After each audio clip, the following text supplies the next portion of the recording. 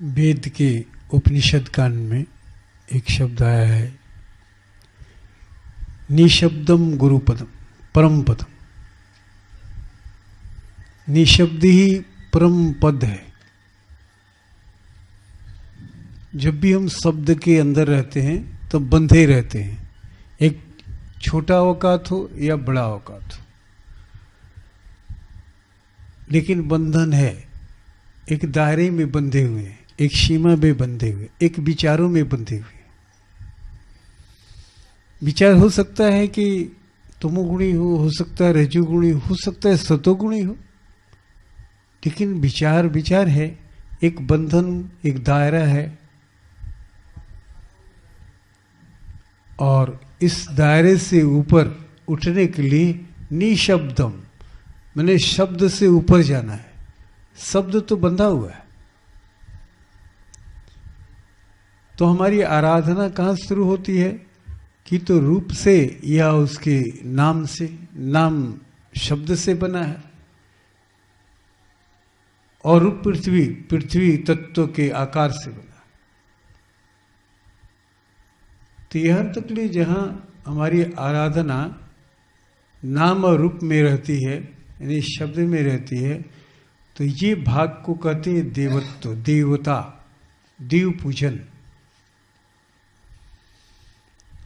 और नाम से जब हम शब्द से ऊपर होते हैं तो उसे है ब्रह्म पूजन, ब्रह्म अवस्था, परे है प्रकृति से।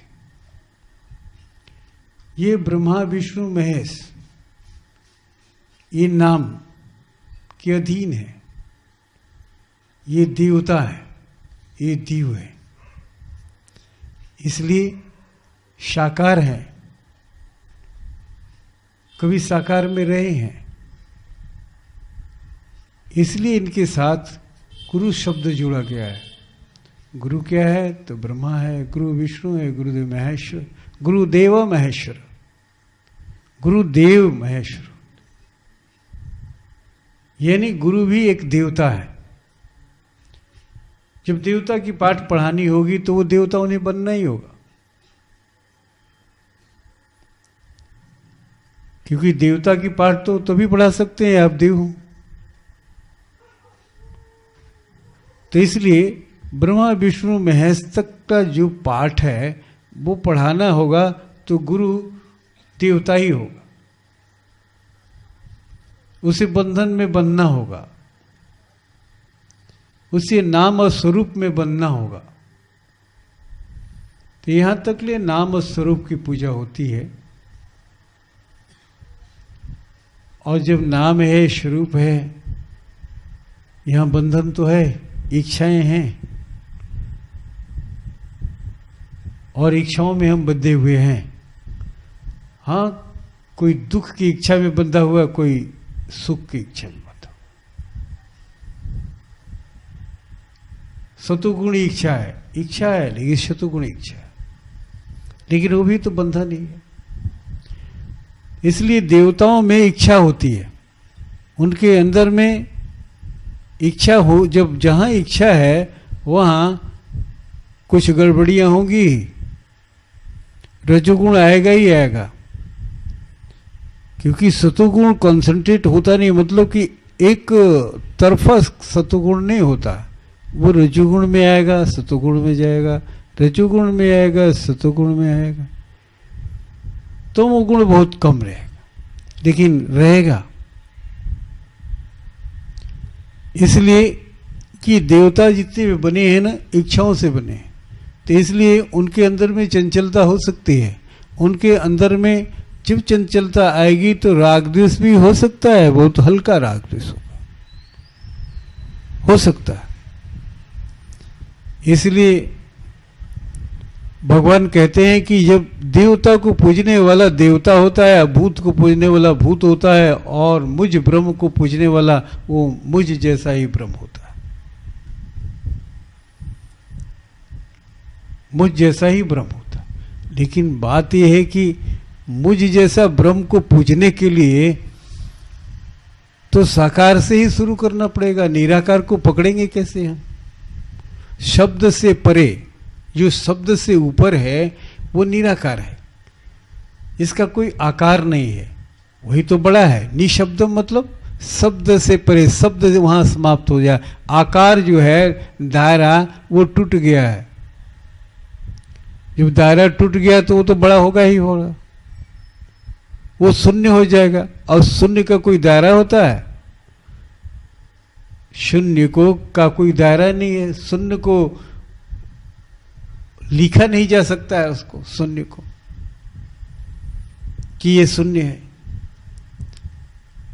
और छोटा बना दो, बड़ा बना दो, उसका परिचय नहीं दिया जा सकता है निराकार का। जैसे पृथ्वी तत्व है, ये मिट्टी का शरीर है, तो एक दायरा बना हुआ है, ये घटता बढ़ता नहीं है।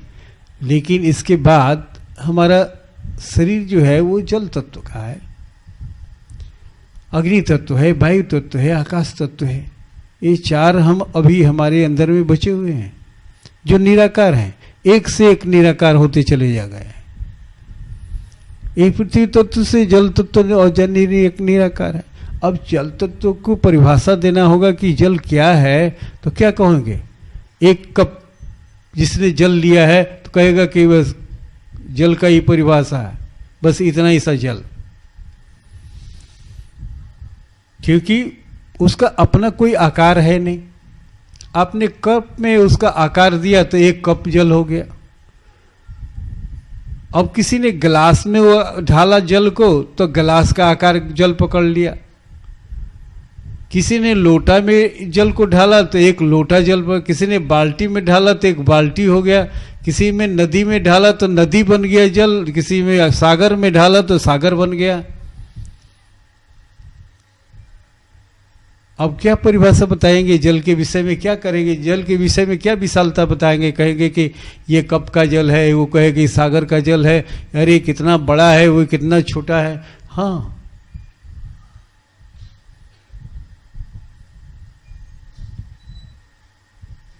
इसलिए निराकार को हम साकार से ही शुरू करते हैं, निराकार में जाना साकार से ही शुरू करते हैं।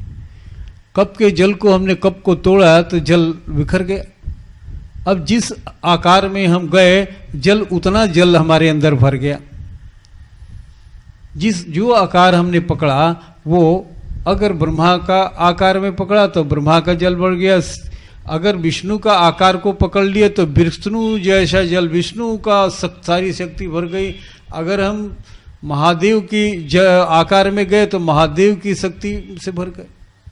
इस तरह से आकार में हम बढ़ते चले जाते हैं। लेकिन सच्चाई ये है कि निराकार, ई निराकार में आकार है। जैसा आप आकार बनाएंगे वैसे ही आपकी बुद्धि, समझदारी, आपका व्यक्तित्व यही होगा। आप वही समझेंगे कि बस यही है, यही भगवान है, विष्णु ही भगवान है। अब समझे कि बस महादेव ही भगवान है, अब इससे बड़ा कोई भगवान नहीं होता है, इसमें इतनी शक्ति है।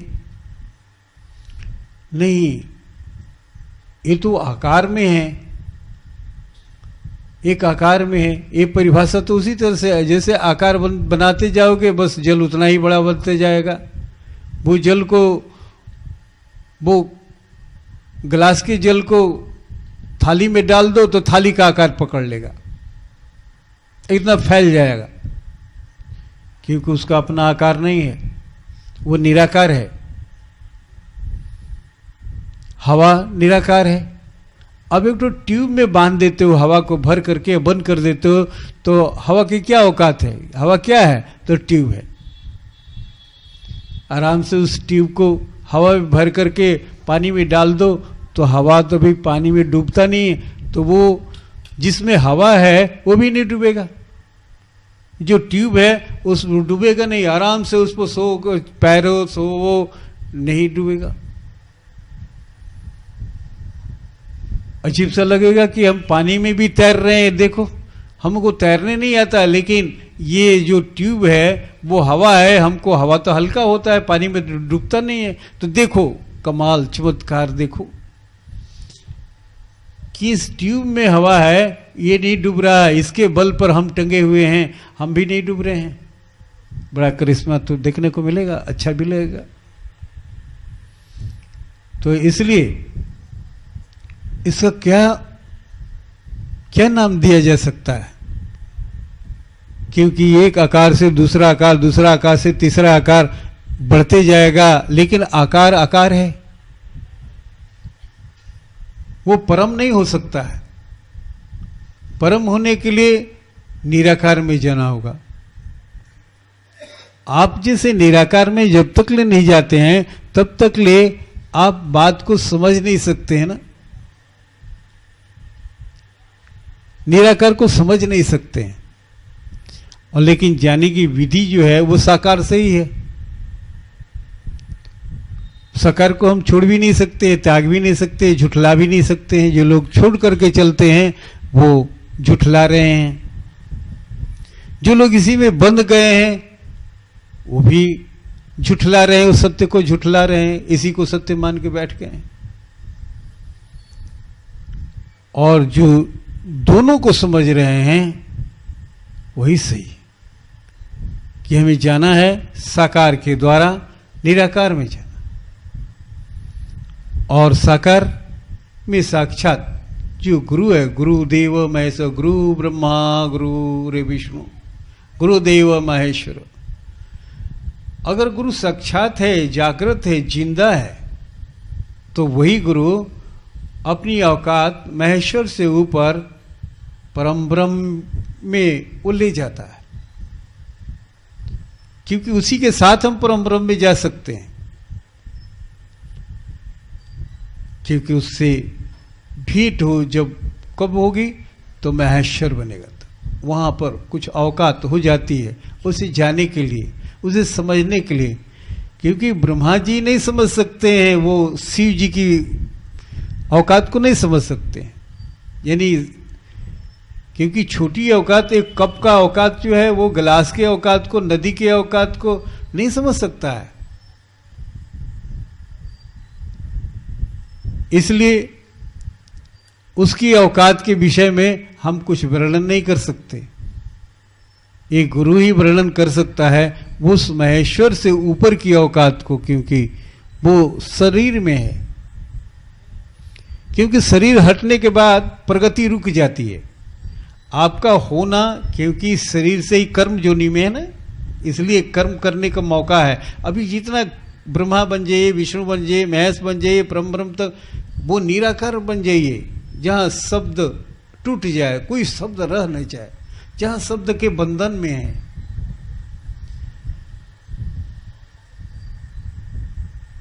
तो क्योंकि अनंत है, ये ब्रह्मांड तो अनंत है। हम तो एक सूरज को देख के हैरान है कि जहां पृथ्वी पर जाते हैं, इंग्लैंड हो, अमेरिका हो, यही सूरज दिखाई पड़ता है, एक ही सूरज दिखाई पड़ता है। और ब्रह्मांड में ऐसा है कि वो एक निहारिका में करोड़ों सूरज होते हैं और 10,000 निहारिका इस ब्रह्मांड में है। और सोचिए कि ब्रह्मांड कितना हो, उसकी औकात क्या हो सकती है। तो क्या कोई औकात वाला आदमी ब्रह्मा विष्णु महेश इस औकात को कभी समझ सकते हैं? जो किसी बंधे हुए हैं, किसी आकार में बंधे हुए, कोई शब्द में बंधा हुआ है, क्या उस ब्रह्मांड की औकात को समझ सकता है? नहीं समझ सकता है, जब तक ले अपने को तोड़ेगा नहीं। और तोड़ेगा तभी जबकि वो साकार में रहेगा। निराकार हो जाने के बाद वो तोड़ नहीं सकता है, क्योंकि साकार में कर्म करने की व्यवस्था है। इसलिए जो भी आप करेंगे तो साकार में ही कर पाएंगे। फिर निराकार के लिए आप, फिर कर्म जोनी के लिए आपको इंतजार करना पड़ेगा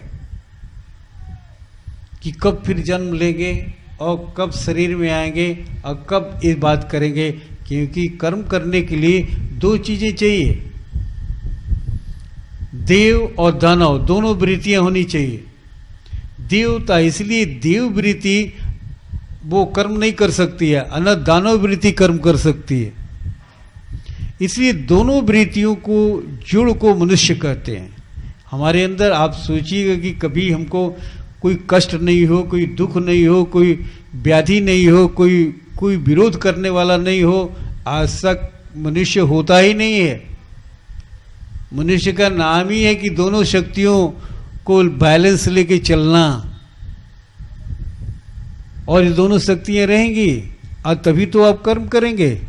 अगर सरकार केवल सरकार ही हो जाए, उसका विरोधी कोई ना हो, तो सरकार क्या चलेगी? वो आलसी सरकार हो जाएगी, मनमानी सरकार हो जाएगी, किसी की बात नहीं सुनेगी। तो इसलिए सरकार को भी चलाने के लिए एक विरोध सरकारी खड़ी की जाती है, विरोध पार्टी, ताकि वो डरता रहे कि हमारी सरकार गिर जाएगी अगर हम ज्यादा गलती करेंगे तो। ठीक वैसे ही, ठीक हूबहू ऐसे ही मनुष्य के अंदर में दानवत्व और देवत्व होता है। तो मनुष्य दानत्व की तरफ ज्यादा बढ़ने लगता है, देवत्व से हटने लगता है, तो दुखों के संसार में चला जाता है। धीरे धीरे धीरे धीरे दुख अपना बटोरते जाता है। वो नासमझी और अज्ञानता की वजह से ऐसा करता है। सोचता है कि किससे क्या बेईमानी कर लें, किसी क्या ठग दें, किसी क्या धोखा दे दें कि हम धनी हो जाएं, हम खुशी हो जाएं। लेकिन वही उसकी अज्ञानता इकट्ठा इतना ज़्यादा कर लेता है कि यही लेके वो जाता है, और फिर जब आता है तो फिर बड़ी बुरी हालत में आता है, बड़ा बुरा हालत में आता है। फिर जब जन्म होता है, ऐसे घर में जन्म होता है कि जहाँ बुरा ही स्थिति है, बचपन से ही अभाव, बचपन से ही वो विवस्था, बचपन से ही दुख, क्लेश, बीमारी, व्याधि बचपन से ही होती है। क्योंकि दोनों वृत्ति से हम बने हैं ना, देव और दानव दोनों वृत्ति से बने हैं। और देवता भी कुछ दिन के बाद अपना, क्योंकि वो कर्म तो करते नहीं है। अब कोई व्यक्ति 10 लाख रुपया कमा लिया और काम करना बंद कर दिया, अब 10 लाख कितना दिन चलेगा? जिस दिन वो 10 लाख खत्म है, रोज खा रहा है, रोज पी रहा है, रोज भोग रहा है धन का, तो कितना दिन चलेगा? 10 लाख तो एक दिन खत्म हो जाएगा, 2 महीना में, 4 महीने में, 10 महीना में, 4 साल में, 5 साल में, 10 साल में, 10 साल में खत्म होना ही है, होना है।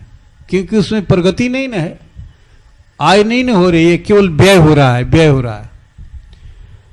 तो जिस दिन व्यय खत्म हो जाएगा तो किस आधार पर जिएगा? उसको फिर ढकेल दिया जाएगा, जाओ कमाई करो, अच्छा या बुरा कुछो कमाओ। क्योंकि कर्म करने के लिए तुम्हें बुरा या अच्छा कोई, मैंने शरीर पाने के लिए अच्छा या बुरा दोनों कर्म में से कुछ होना ही चाहिए। तो तुम्हारे पास जो देवत्व तुमने देवता बना था अच्छा कर्म करके, वो तो खत्म हो गया, कर्म तो वहाँ मिला नहीं, कर्म करने को तो आज्ञा ही नहीं है वहाँ, क्योंकि तुम्हारे पास शरीर नहीं है, क्योंकि वहां पर गुरु नहीं है। जहां गुरु नहीं है वहां कर्म तो कर नहीं सकते हो, कौन चलाएगा तुम्हें? सब तो अपना ही रिजल्ट आउट करते रहोगे, अपना ही, हम अच्छे हैं, हम अच्छे हैं, हम ये अच्छे हैं, यही अच्छे हैं। क्योंकि कोई गुरु नहीं है तो कौन तुम्हें बताएगा कि तुम ये गलती लिख रहे हो, ये गलती कह रहे हो, तुमको कौन बताएगा? तुम अपना ही निर्णय, अपने मालिक हो, अपने नौकर हो, अपने माई बाप हो, अपने सब कुछ हो।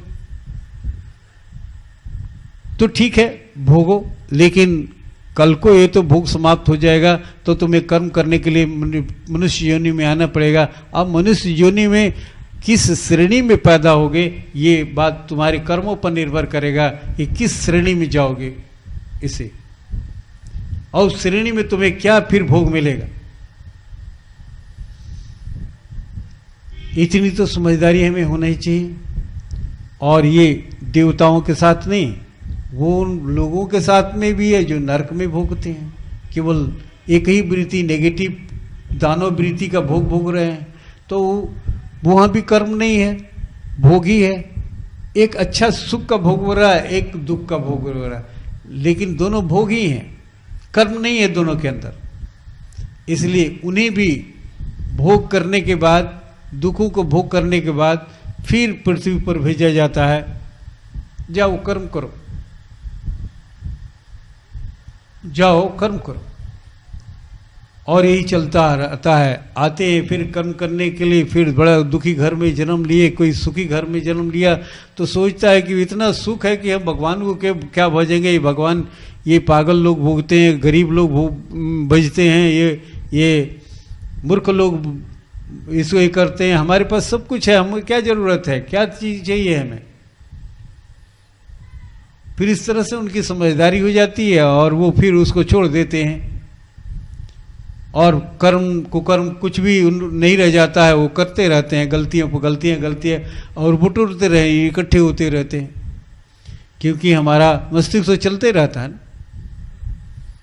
और अपने अनुसार हमारा चित्त बनता रहता है।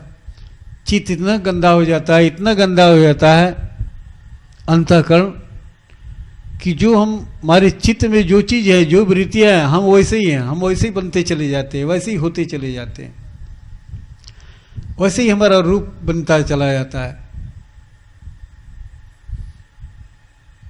तो इसलिए उसका अंत कहाँ है? तो निशब्दम परम पदम, निशब्द हो जाना, यानी किसी दायरे में बनना, बनने से हट जाना, निराकार हो जाना। निशब्द माने निराकार हो जाना। साकार से निराकार की तरफ चलने के लिए हम ये साकार शरीर धारण किए हैं और कोई मकसद नहीं है। मकसद इतना ही है कि ये कर्म करना है, तो ये कर्म तो धीरे धीरे होगा, एक बैग तो हम इस उड़ान तो नहीं भर लेंगे, इसलिए धीरे धीरे हो। अपने कर्मों को, संसार को चलाते हुए हम ये कर्म धीरे धीरे निशब्द की तरफ चलें, धीरे धीरे अपने शरीर को खो जाए, शरीर भूल जाए, शरीर के आकार भूल जाए, आकार को खो दिए, फिर अपने नाम को खो दिए।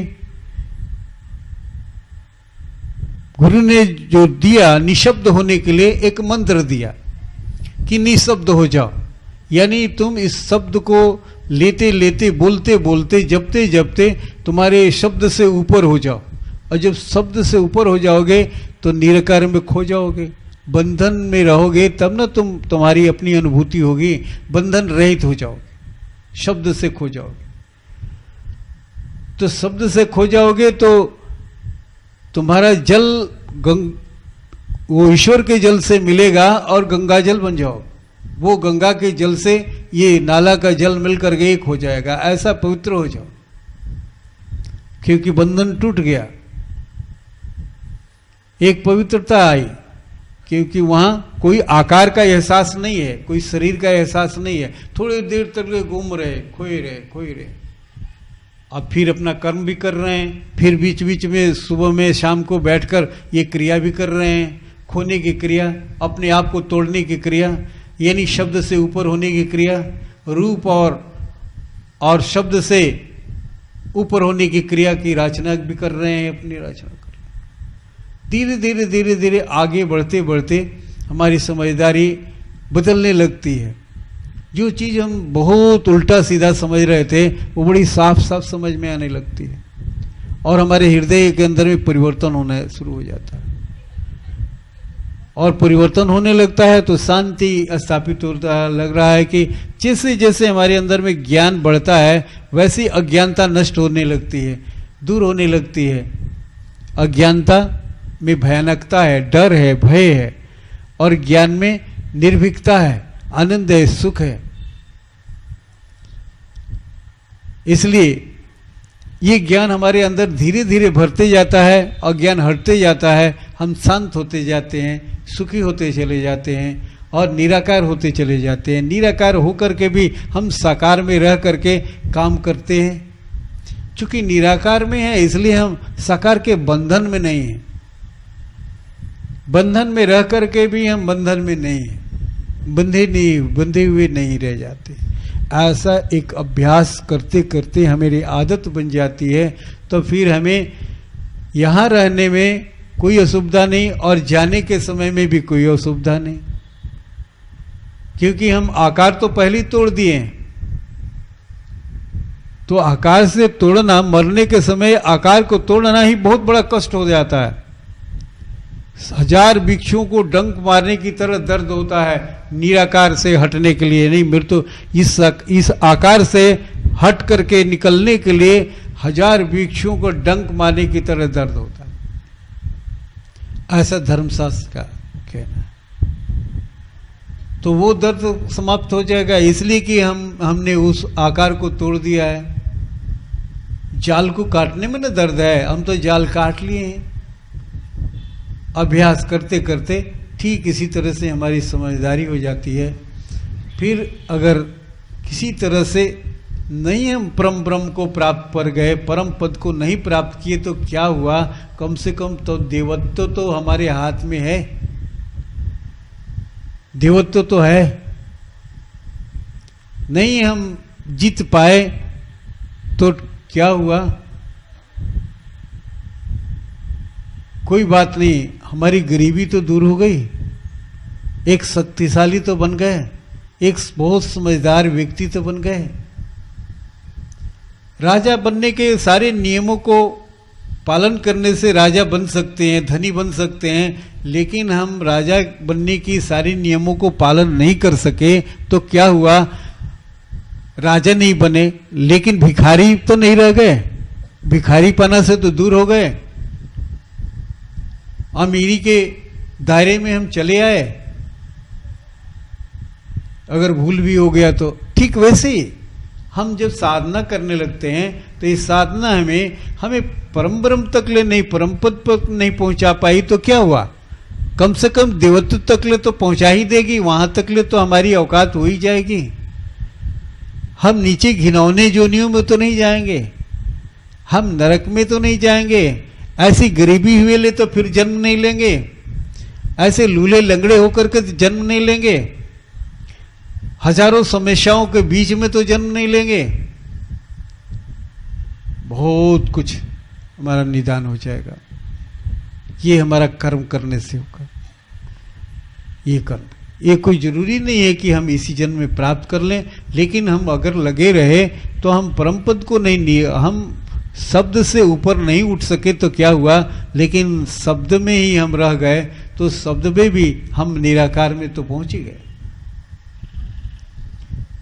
स्वरूप से हट गए, स्वरूप से हट गए, व्यंजन से हट गए के स्वर में चले आए, स्वर में, स्वर के आकार में। स्वर में कोई मिलावट नहीं है, वो अद्वैत है, लेकिन बंधन है, एक अद्वैत का बंधन है। स्वर में कोई मिलावट नहीं है और व्यंजन में मिलावट है, कई चीजों के मिल करके व्यंजन बना है, इसलिए देवत्व में मिलावट है, देवत्व में मिलावट है, लेकिन उसमें कोई मिलावट नहीं है। तो हम अगर ये कर्म करते रहे तो निसंदेह ये देवत्व तक ले तो पहुंच जाएंगे। तो ये जन्म तो हमारा खुशहाल हो ही जाएगा, आगे जन्म भी बहुत अच्छा हो जाएगा। प्रवेशी नगर कीजे सब काजा, हृदय राग कौशलपुर राजा, गरल सुधा रीप करे मिताई, गोबद सिंधु नल सितलाई। गोस्वामी जी कहते हैं कि प्रवेशी अपने हृदय में उस परमात्मा को धारण कर लो और फिर इस संसार में अपने सारे काम को करो, सभी काम तुम्हारे सही होते चले जाएंगे, सही होते जाएंगे। गरल सुधा रूप करे मिताई, यानी ये जहर भी है वो अमृत बन जाएगा। जब हृदय में तुम्हारे परमात्मा वास करने लगेंगे तो जहर भी अमृत बन जाएगा और अग्नि भी शीतल हो जाएगी, जैसे प्रहलाद के लिए हो गई थी, जैसे माँ मीरा के लिए जहर का प्याला भी अमृत का प्याला बन गया।